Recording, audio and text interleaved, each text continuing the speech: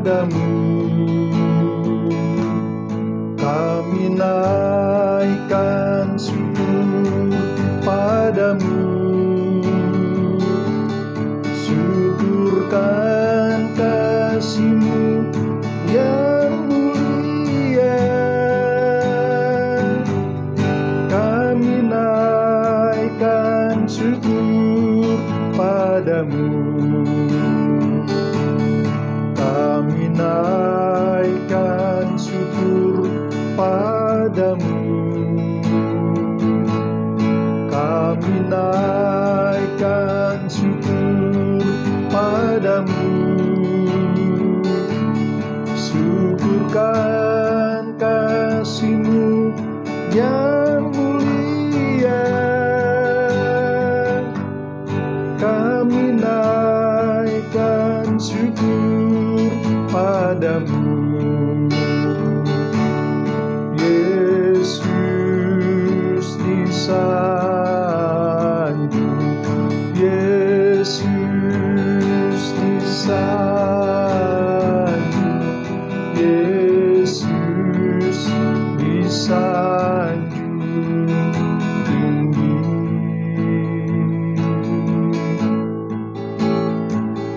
Malaikat puji Dia, umatnya sembah Dia, Rajaku disanjung tinggi.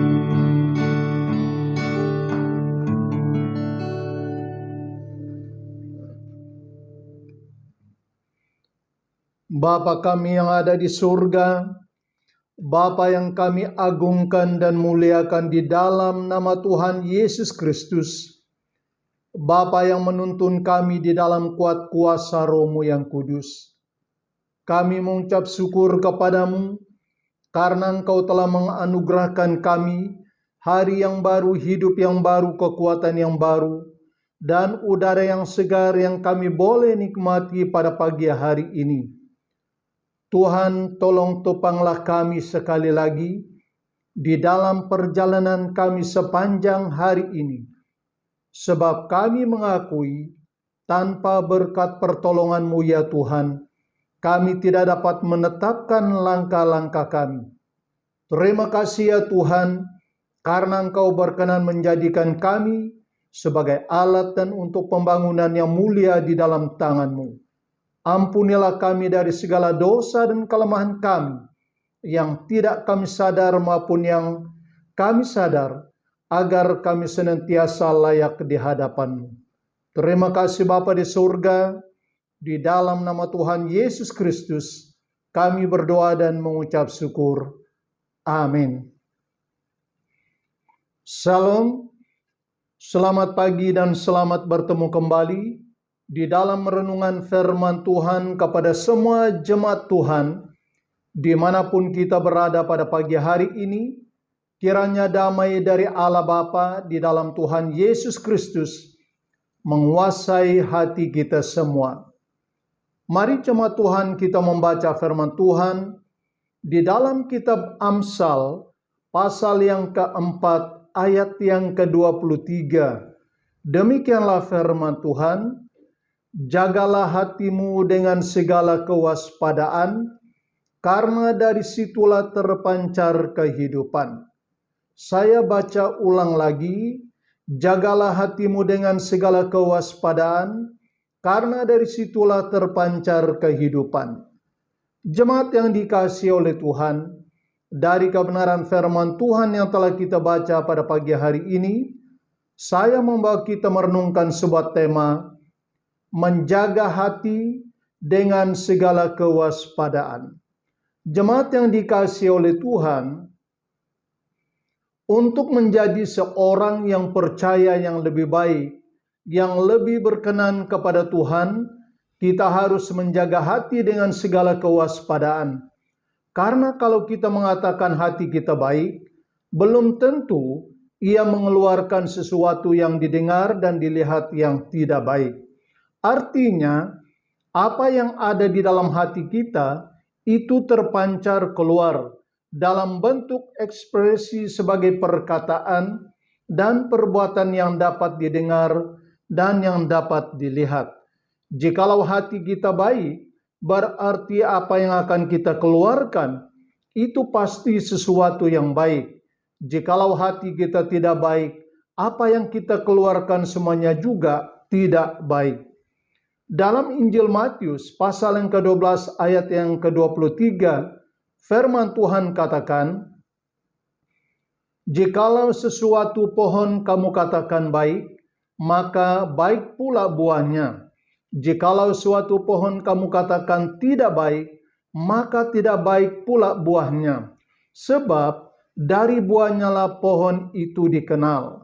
Jemaat yang dikasihi oleh Tuhan, Tuhan Yesus mengatakan, orang yang baik pasti akan mengeluarkan dari perbendaharaannya hati yang baik, yang boleh menjadi berkat dan menjadi dorongan kepada orang yang mendengar dan orang yang melihatnya.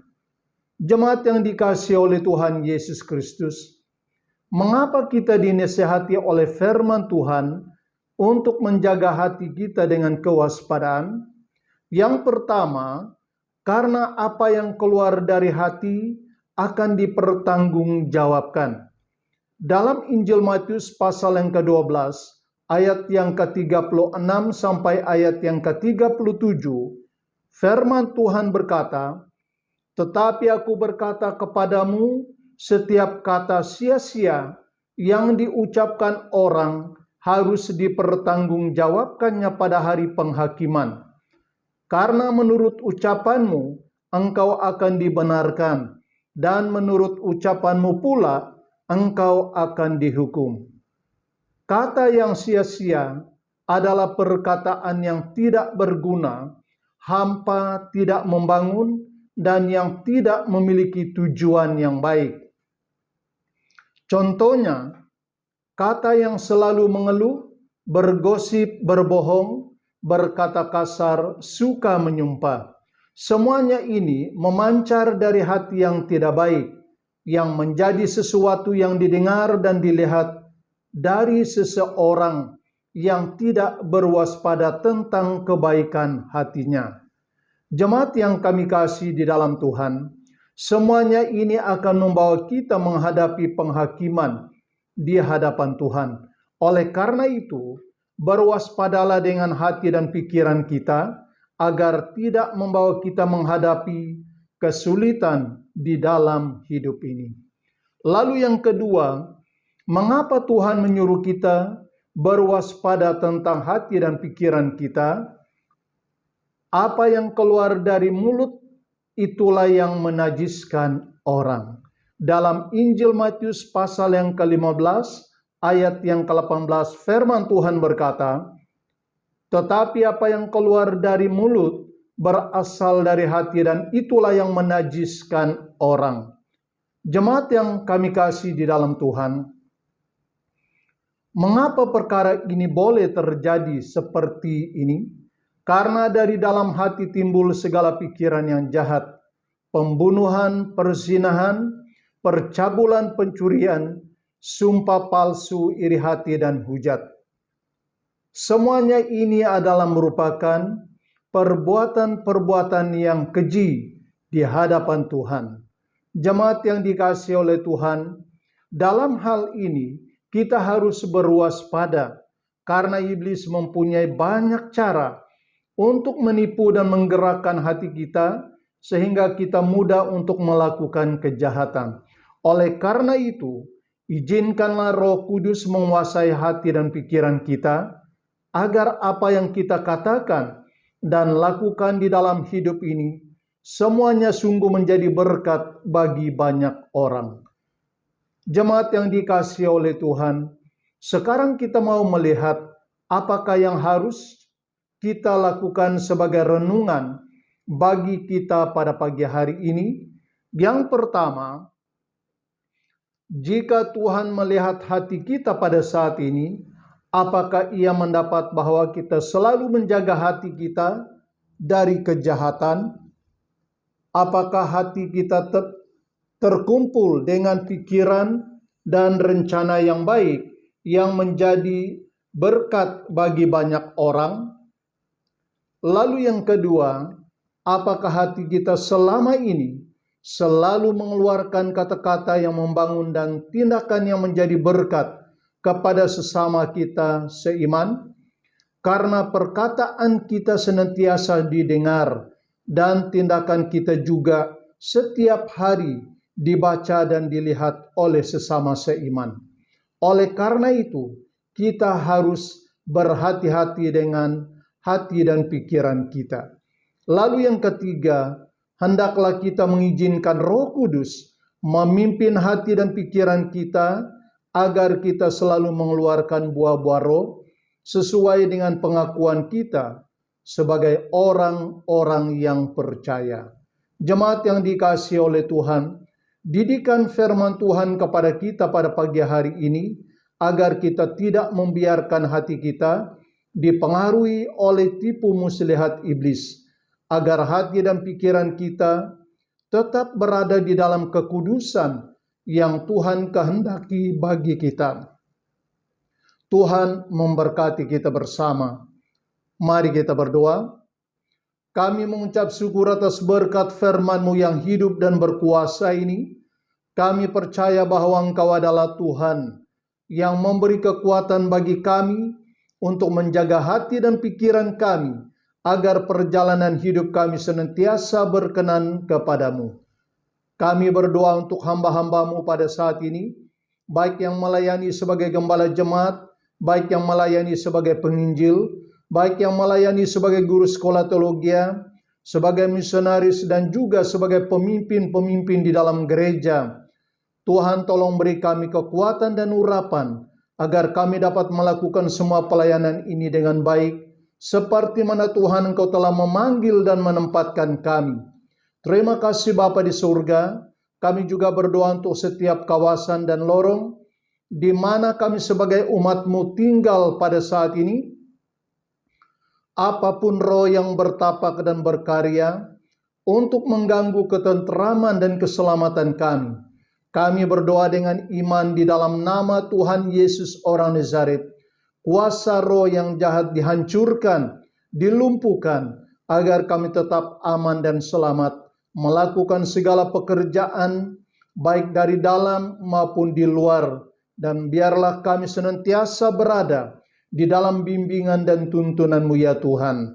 Kami juga berdoa untuk keselamatan dan keamanan negara kami Malaysia. Kami mengucap syukur karena Engkau terus memberkati pemimpin-pemimpin kami.